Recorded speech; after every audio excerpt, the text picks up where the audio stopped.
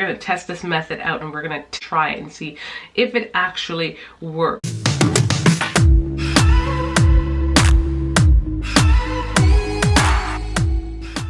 Hi guys, welcome back to the Zebra Tribe fam. So welcome back to our channel. So today's basically that one question episode thing that I was talking to you guys about, where I just answer one question that I've been asked on here pertaining to my fertility journey, my TTC journey, us trying to conceive. So yeah, one of the main questions that we tend to get asked, Erin and I get asked, is don't you want a boy, or are you gonna try for the boy? All these like questions pertain to the boy. And for years and years, I think my answer was always like, I'm just happy with whatever God has in store for me.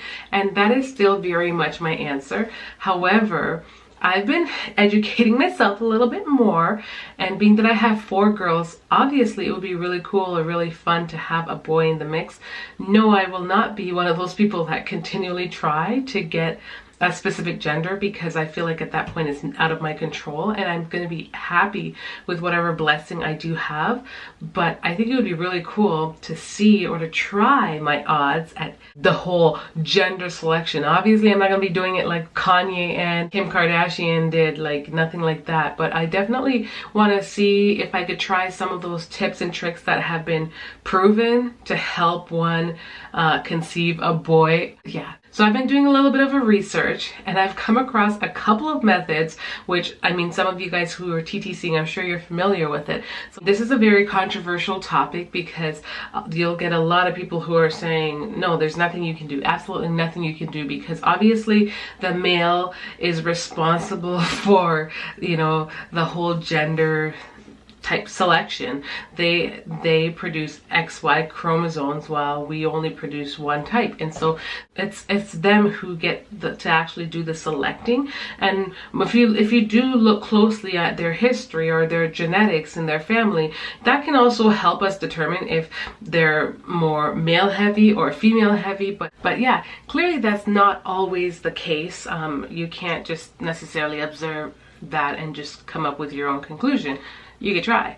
But anyways, so on the other hand, you do have a group of folks who are saying, well, yeah, you can kind of do something, because we all know that male sperm are weaker, they are faster, and they also die off quicker. So there are strategies that could definitely help you, and you know, with regards to conceiving a boy.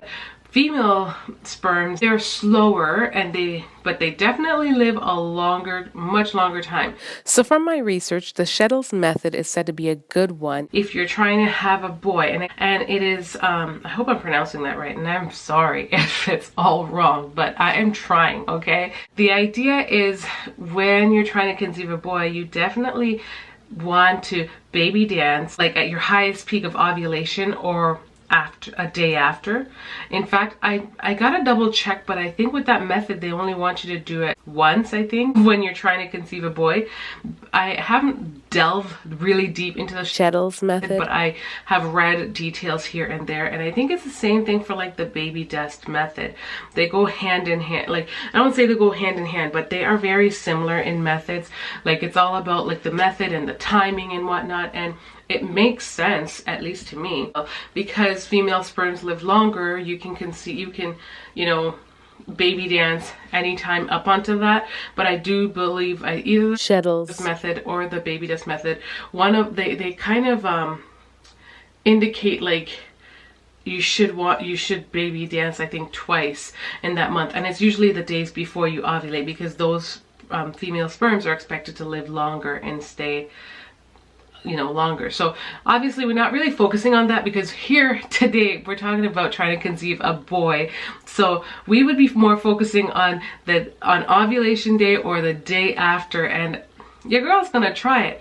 Now, the only thing that I have with this whole trying to conceive a boy type thing, don't get me wrong, like I said, I love my girls, and if I were to have another girl, I'd be blessed and be very, very thrilled. But I am just seeing if I can work with what we've got here and see if it will actually do something, and really see if we're going to test this method out, and we're going to try it and see if it actually works. There are a couple of things as well. There are other things such as eating alkaline foods. From what I've heard, originally I heard that the males should eat a certain diet, and then I heard that females should eat more like certain more acidic foods to help balance out the pH, to enhance the chances of the male sperm living longer.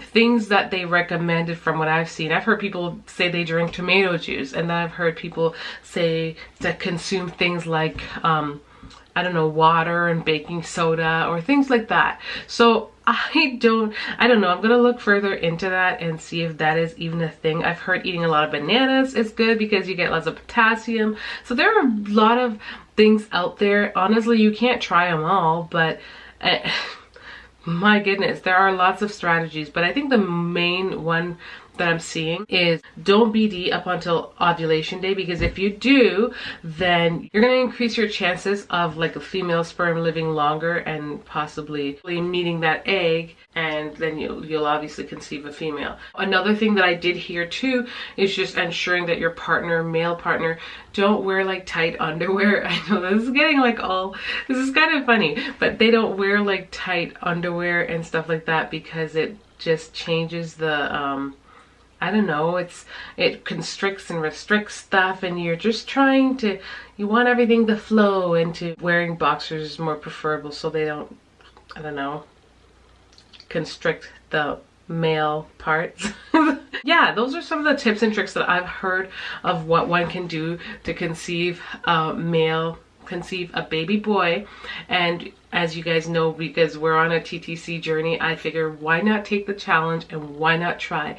If I get told it's a girl, I'm not going to be disappointed. But I think I would get the shock of a lifetime if it were to be a boy, especially after practicing these methods, because I've never done this before.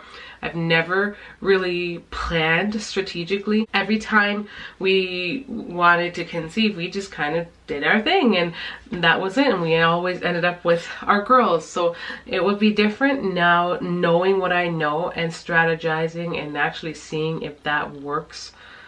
Whatever will be, right? So we will see. But I just thought that'd be like a cool little segment. As I go along, I'll show you guys some of what I'm actually just incorporating into my TTC for the month if I didn't conceive. Now I'm more hopeful for this month because last month, like I said, was my first official month of TTCing, really using my OPK test. The other month when we were trying, I did not use it, and so I can't, honestly, I feel like I should just cancel that month altogether, because I had my ovulation date was probably off, because this month, my first month of using the OPK test, it was off, and it was off by like a landslide. It was like 6 days off, 5 or 6 days off, which is incredibly far. That is a large discrepancy, especially if you're trying to do something around that time frame. So I feel better about this month, and not to mention I only have the one tube, so my chances are every other month. So honestly, I feel like I should have been recording when I conceived, but I can go back and backtrack, because I know when I got pregnant last time, and if I'm to say I got pregnant with my left tube, which is the only tube that I do have that is in working order, I can do the math and get back up to pace and see where I'm at, and perhaps that's a big part of what contributed to me not getting pregnant those other months. The first month was a bit of a flop because it was already too late when we started, and then last month, which I just assumed I knew my ovulation date, which didn't make any sense, and then this month where I actually tested with the OPK test, and I knew when I ovulated, and I did do my thing, but perhaps it is the wrong side. I don't know, but I'll keep you guys posted with this video. Hope you guys enjoyed this little mini session. Sorry for filming so late at night, but the idea just popped in my head, and I was doing a little bit of reading, and I figured why not why not come on here and touch base with you guys and share my thoughts and my plans. And sometimes the best time for me to film is like now when you know, baby is sleeping and I've got the time. It's just that I gotta figure out lighting because the light is over here and not here. So yeah, hope you guys enjoyed this little mini session with me, and don't forget to leave a comment on this video, and if you've got a question, definitely leave it down below as well. I think next week's question is going to be how many children do we want, because that seems to be a pretty popular question. So if you guys are enjoying this session, be on the lookout for next week's question. And you can see why I do have it called like the whole one question thing, because it is only it takes so long to kind of go in depth and answer these questions that it does make sense to kind of have it in a little mini segment. So hope you guys enjoyed this little mini video. Thank you so much for watching, and don't forget to hit that like button, comment, rate, and subscribe. Much love, y'all.